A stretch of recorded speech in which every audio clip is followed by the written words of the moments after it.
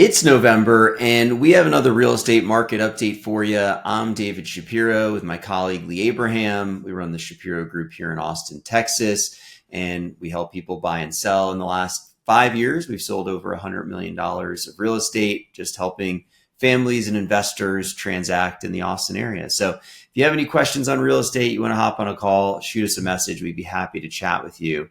As usual, you can find us right here at realestatevideohub.com to get right back to our YouTube channel. And we'll start with the number of active listings. So you can see that we peaked a couple months ago at nearly 4,000 active listings.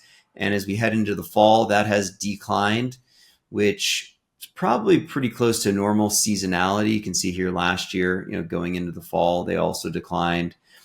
Generally, we see the lowest number of listings in December, January. With the holidays, people don't really want to be selling their home and dealing with that. So this seems to be somewhat standard. We'll see how low we go on the number of active listings. I'd be surprised if we got back to this 1,900 level that we saw last year with just 2 months to go, but anything's possible. So if we take the number of active listings, David, to begin the month of November, 3,101, one of the things we try to do is make sense of that number relative to demand. How many houses are selling? When you put those numbers together, you get something called the monthly housing inventory. So over the past 30 days, there's been 721 pending sales. We were using that as the metric for the demand relative to the 3,100 listings. We've got about a 4.3 month inventory. The slowest velocity of sales per month is actually the closed sales from the previous month, 676. And when you do the math, that indicates 4.59, 4.6 month inventory. Bottom line, either way you slice it, it's in the mid fours. And as we know, generally speaking, from an academic standpoint, a balanced market is a 6 to 6.5 month inventory. So technically, we remain in a seller's market, although to many people, David, it just doesn't feel that way. Yeah.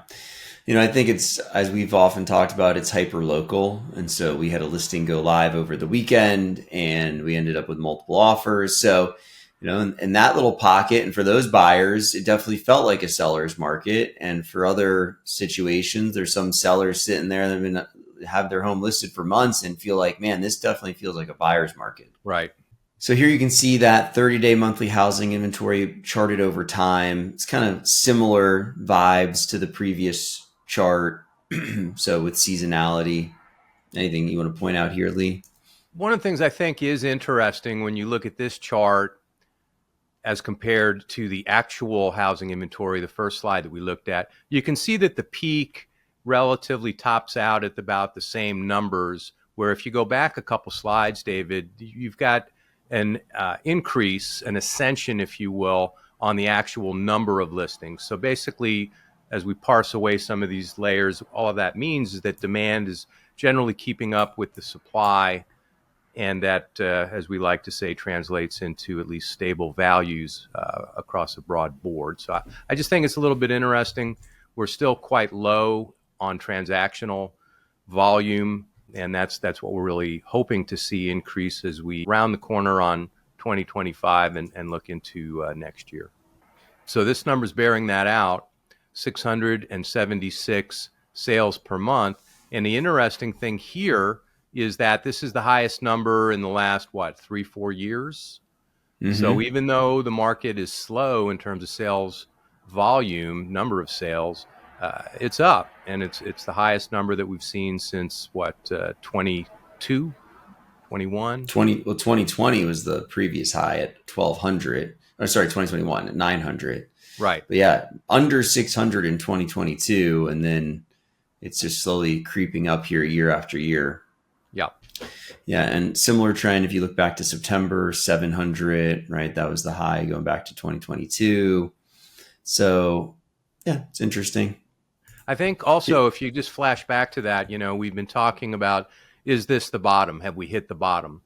And so when you look at the numbers from the past couple of months previous to September, August, July, wasn't quite the same story as you compare it to 23. But when you look at the past couple of months, it's a different story. The numbers seem to be going up in terms of sales, and that would bear out our forecast that the bottom has kind of come, and we should be working our way out of that lull that we've had over the past few years in sales activity. Yeah, you have a confluence of events. We have this stat, we've got interest rates coming down. There's a bunch of things happening, hopefully, that are going to lead to the real estate market bottoming. All right, here we go. We got the average sales price. So we're up month over month and year over year.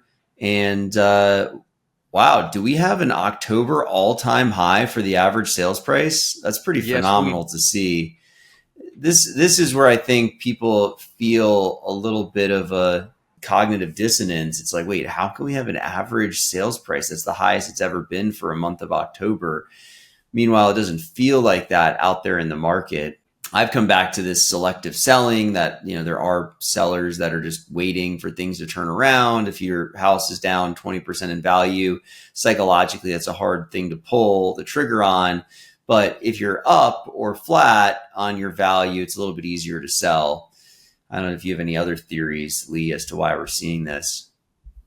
Well, I think it's also just the monthly housing inventory metric where the supply and demand are essentially in a balance with each other relative to impacting pricing. As we look at these numbers now, pricing has been relatively stable and maybe even a modest increase as we look at this across the board. Like you said, it's super hyper local in every case, really, on what the home is going to be worth in today's market, whenever today is. But yeah, the selective seller, people who got those historically low interest rates that have the option of leasing out the property or selling it, definitely impacts the average sale price. If folks didn't have that option and they had to sell at prices that were not acceptable to them, but because of reality they were forced to sell, then we'd see these numbers dip. So I do think that that's a huge variable in our pricing numbers that we're looking at. Mm-hmm.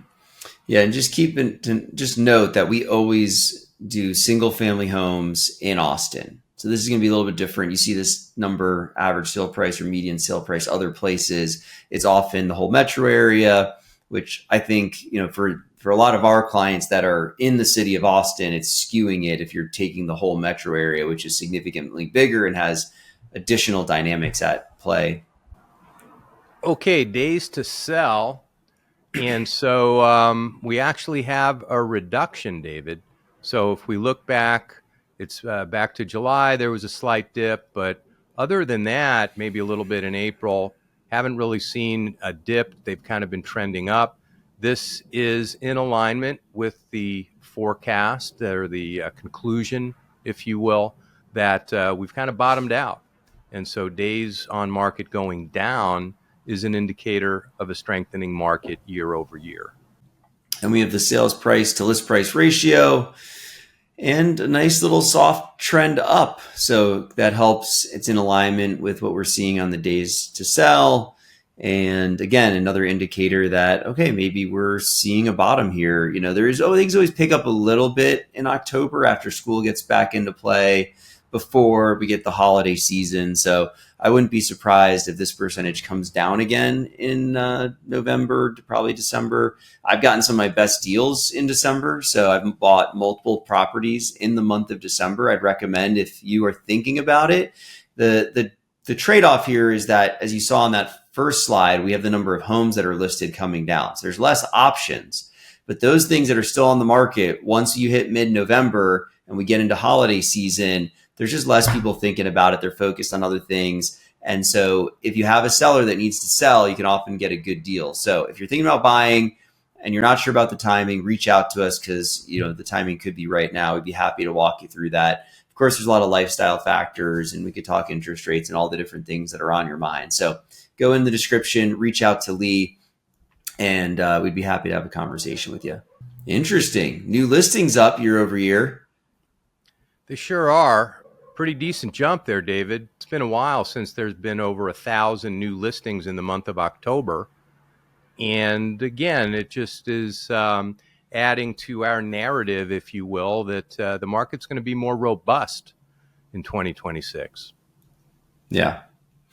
I think I always come back to, has the narrative changed? Have the factors that made Austin the growth story that it had been in 2011 through 2021, have those things changed? And pretty much no. We maybe pulled forward a little bit too much demand in 2021 and 2022.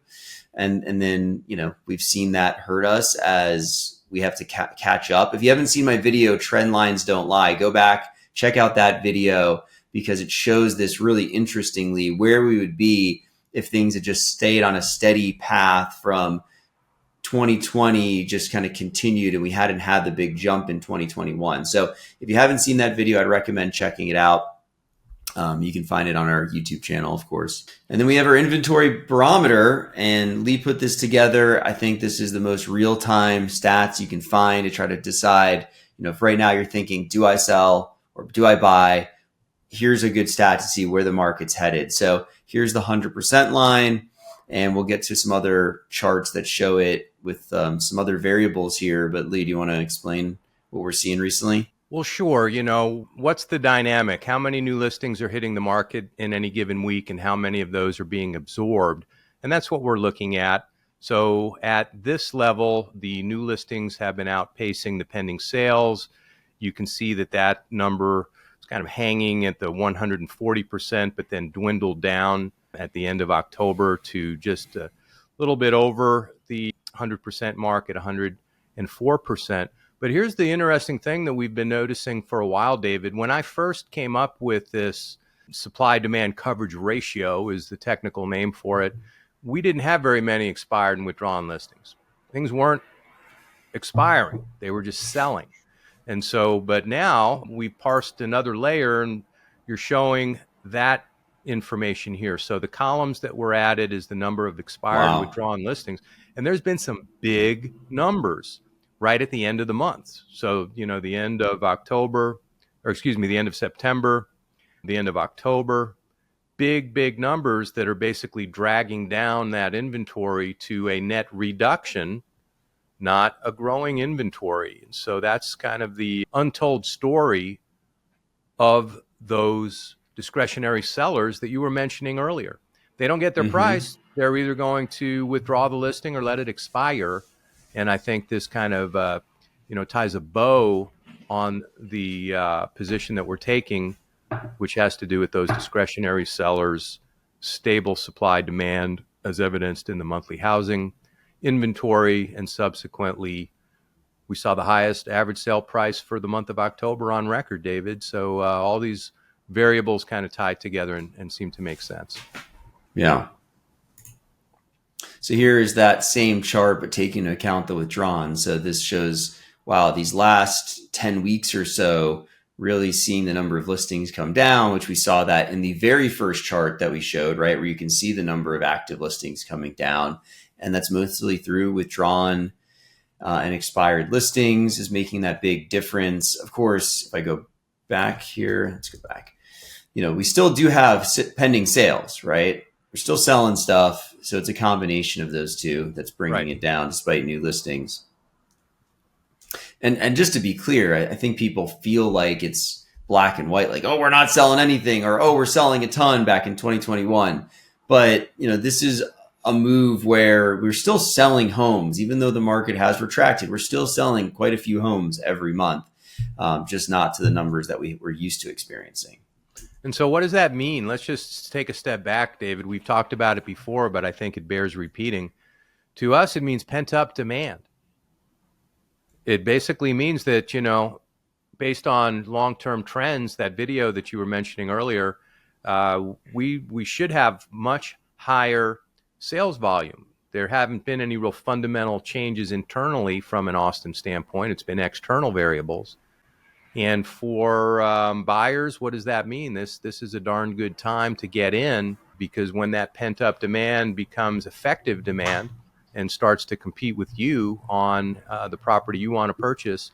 You mentioned the multiple offer scenario that we had over the weekend on a new listing, and it's just amazing how a buyer's willingness to increase their offer is dramatically affected when they're competing. When they believe they're the only buyer for this particular property, there's a certain persona positioning that takes effect, and kind of a hard line on how high they'll go. But by golly, you bring in another qualified buyer who wants that property just as much as you, and crazy things happen. So I've kind of seen a 10% variance, with what people are typically willing to pay if they're the only buyer versus a multiple offer scenario. I just think that's kind of interesting.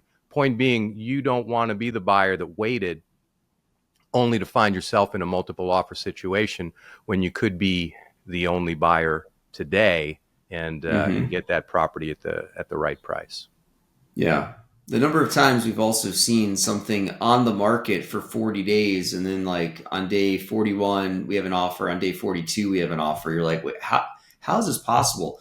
And we're on the seller side in those situations, so we know it's real, right? Occasionally we experience that on the buyer side as well. And you have an opportunity to move quickly, try to make a deal with a seller that really wants to move on from their property, and don't wait around for see what's going to happen. We've seen some crazy deals. There was a property I was tracking because I own the property next door, listed for 1.25, and it ended up selling for a number that I was shocked to see that the seller just accepted without waiting and lowering the price. They accepted 950.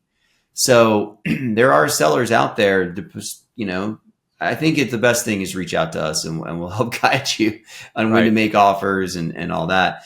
And I'm curious, are you thinking about buying, but you're waiting for lower interest rates, or you're waiting for prices to come down? If you are in that market thinking about it, please tell us, comment below kind of why you're holding off. If you're thinking of selling or you'd like to sell and you haven't yet, why you're holding off, or what you think's kept your property from selling that's on the market. I'm really interested in hearing more from you. So, and then I don't know, you want to say anything about this chart, Lee? I just find it elegant. I don't know. It's just a very neat data visualization that makes it very simple to see the supply-demand dynamic with the new listings in the blue, pending sales in the red. We know that the tighter those lines are relative to each other, the more stable values are. I like what I see there, David. I really do feel that over the past few months, that the data that we've been tracking and the forecasts that we've been coming up with as a result is telling us that we're going to have a lot of volume in 2026. And that's what this is telling me. Yeah, look at those two lines about to converge. It reminds me of that famous photo, or not photo, but painting of God and Adam. Michelangelo's like their fingers are about to touch. That's what we got here. This could be a big moment when these things cross and go the other direction. Yeah. So if you go back to, let's see, we don't have years on here, but what is this? We're in 25, 4, 23, 22. So I don't know. If we get this crossing pattern and we have the number of pending sales starting to outpace new listings, I mean, that is going to happen at some point. Right. Like, I'm very confident of that. So is it going to happen in the spring? And hold? I think it will happen in the spring. We had that last year. It felt like, let's see, it was this. So here's last spring. You can see that, I guess, December into the spring, pending sales kind of shot up. It felt like we were having momentum, and then we just kind of leveled off.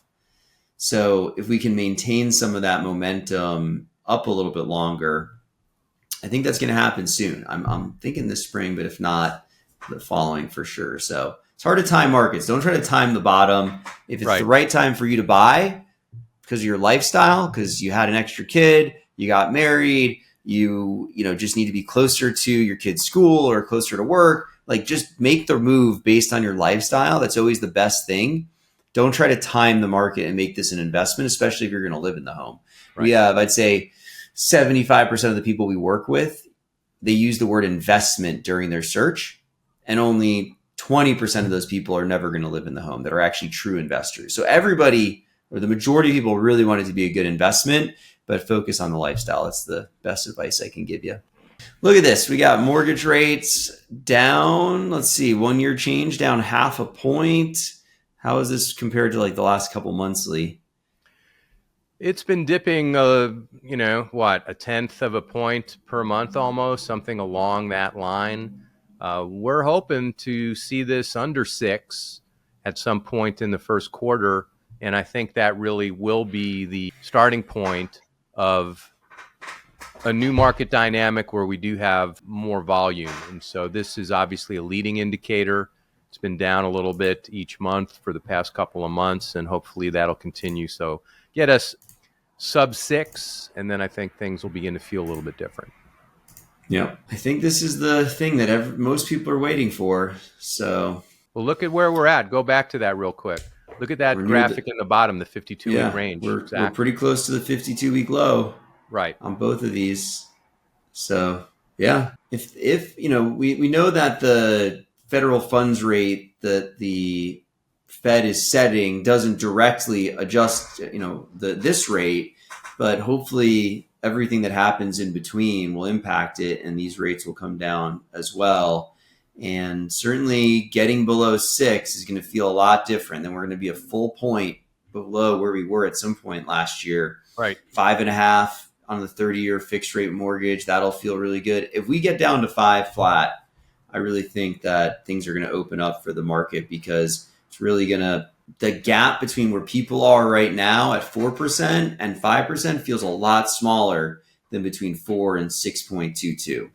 Yep. That's a huge difference. And so people being able to justify, like, okay, I'm paying a little bit more, but I really need this extra space, or I need to be closer to school or work. They're going to be able to make that decision more easily. So we're so close, and hopefully we see this happen for everybody's sake. There's more equity tied up in real estate for Americans than in the stock market. And so this is a really important thing for Americans. Okay, you can always find us back here at the Real Estate Video Hub. Go ahead and subscribe, because we're putting these out monthly, and that's really the only way to get notified once they're up. If you have any questions about real estate, happy to chat with you. Go ahead and shoot us a message. And if you got a lot out of this, share it with a friend and give us a like. Thanks for joining us. We'll see you next month. Thanks, everybody.